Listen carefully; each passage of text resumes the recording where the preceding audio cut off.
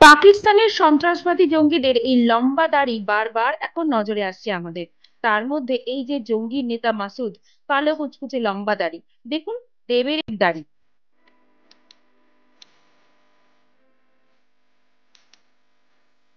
একদম মিলে যাচ্ছে। যদিও শোনা যাচ্ছে রঘু ডাকাত সিনেমার জন্য এই লুক।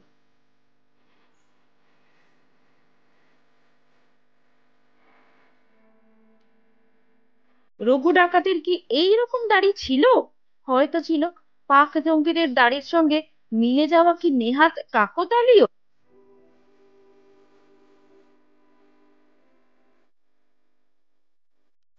নাকি আমার দাড়ি তোমার কি বলবেন দেব?